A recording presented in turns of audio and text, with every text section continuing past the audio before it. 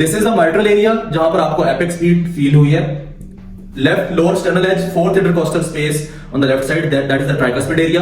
Second left intercostal space is the pulmonary area, and second intercostal space on the right side is the aortic area. इसी तरह से जब आपने बिठा के पेशेंट को एग्जामिन करना है, ऑस्कल्टेट करना है, तो third intercostal space on the left side is the aortic second aortic area कहलाता है. Let's move to auscultation.